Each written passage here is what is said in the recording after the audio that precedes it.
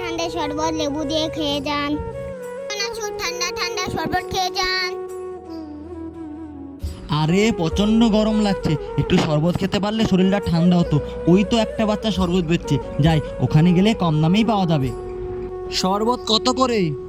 10 টাকা করে। ঠিক আছে, দাও আমাকে। দাঁড়াও, বানিয়ে দিচ্ছি। নাও তোমার শরবত।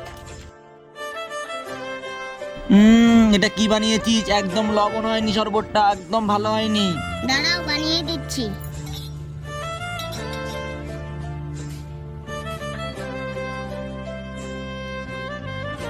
এই নিন।